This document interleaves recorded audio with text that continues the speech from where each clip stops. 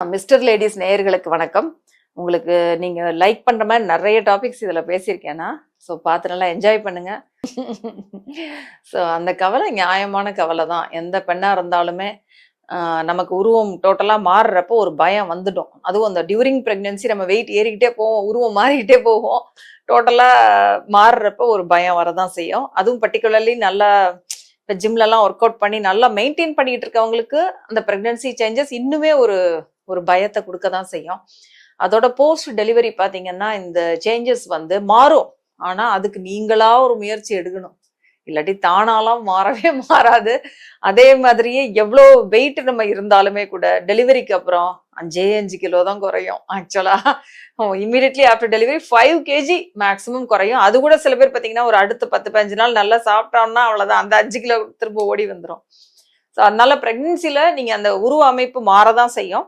But of course post delivery ஒரு 6 வீக்ஸ்க்கு அப்புறம் இதுக்குன்னு நம்ம ஒரு கேர் எடுத்து எக்ஸசைஸ் பண்ணால் ஷியராக நம்மளால அந்த பழைய உருவத்துக்கு கிராஜுவலாக போயிடுவோம்.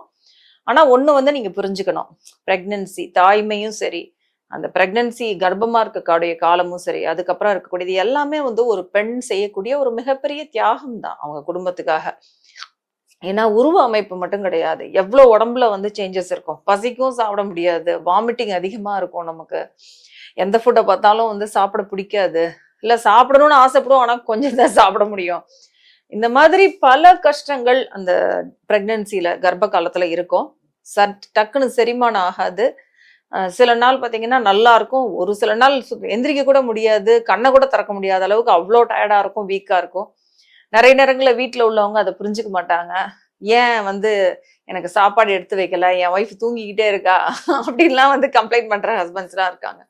ஸோ இந்த மாதிரியெல்லாம் பல பிரச்சனைகள் அந்த கர்ப்ப காலத்துலையும் இருக்கும். அதேமாதிரி டெலிவரிக்கு அப்புறம் அது இன்னுமே டஃப்பாக இருக்கும். ஏன்னா குழந்தை வந்து ஃபர்ஸ்ட் 2 மாதத்துக்கு வந்து அதுக்கு கிளாக் செட் ஆகாது. ஸோ எந்த நேரமும் அது வந்து தூங்கிக்கிட்டே இருக்கும், இல்லைன்னா நைட்டு ஃபுல்லாக அழுதுகிட்டே இருக்கும்.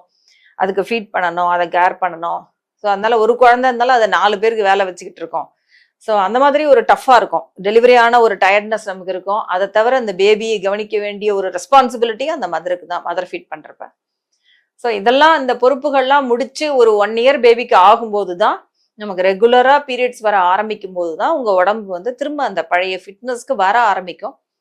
அப்புறம் நீங்கள் விகரஸாக நல்லா எக்ஸசைஸ் பண்ணி நல்லா ரெடியூஸ் பண்ணிங்கன்னா ஆல்மோஸ்ட் 90% 95% நீங்கள் உங்களுடைய பழைய உருவத்தை அடையலாம். பட் ஆனால் அதுக்கான சில முன் தயாரிப்புகளை நீங்கள் முன்னாடியே செய்யணும். ப்ரெக்னன்சியில் அதிகமாக வெயிட் ஏறக்கூடாது.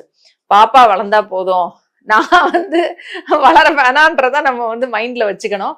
ஸோ அப்போதான் நமக்கு, ஏன்னா பசி அதிகமாக இருக்கும் ப்ரெக்னென்சியில். அந்த டைமில் நம்ம கண்ணில் பட்டதெல்லாம் நம்ம பாட்டுக்கு ஸ்வீட்ஸு, நமக்கு வர கிரேவிங்ஸு எல்லாத்தையுமே நம்ம சாப்பிட்டோம்னா செம்மையாக வெயிட் ஏறிடுவோம். அப்போ அதிகமான வெயிட் ஏறுறப்ப உருவம் ரொம்பவே மாறி போயிடும். திரும்ப நம்மளால அந்த வெயிட்டை குறைக்கிறது செம்ம டஃப்பாக இருக்கும். ஸோ அதனால ப்ரெக்னென்சியில் வெயிட் எந்த அளவுக்கு கம்மியாக ஏறுறீங்க இல்லை ஏறாமல் இருக்கீங்க, அது ரொம்ப இம்பார்ட்டன்ட்.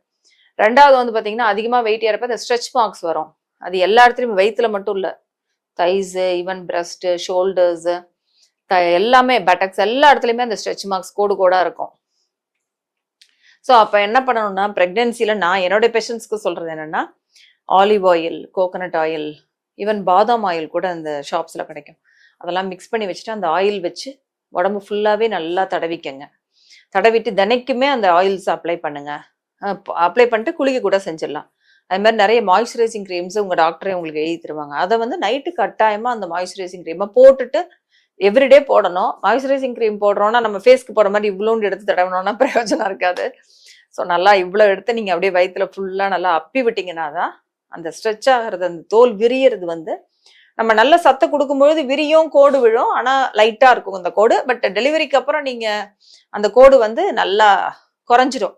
எப்படி இருந்தாலும் பாப்பா இருந்துட்டு போனதுக்கு ஒரு நம்ம வயிற்றுல ஒரு சிக்னேச்சரை போட்டுட்டு தான் போவோம் அந்த ஒரு சீல.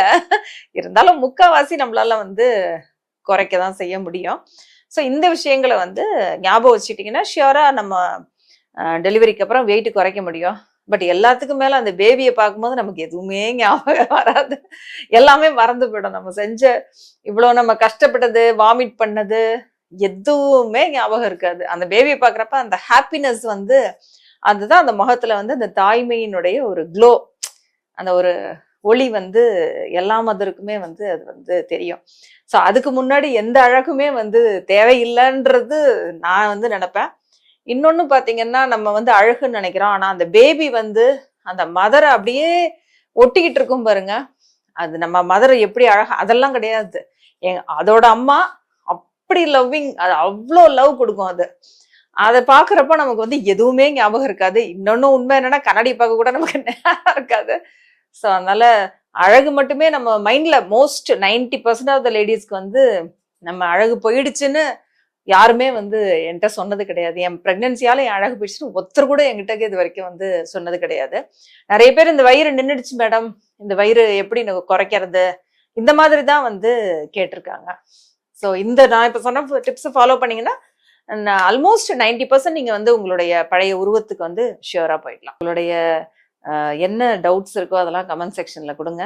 மேக்ஸிமம் பாசிபிள் நான் டைம் கிடைக்குமோ அதை பார்த்துட்டு உங்களுக்கு ரிப்ளை கொடுக்கறதுக்கு ட்ரை பண்றேன். தேங்க்யூ.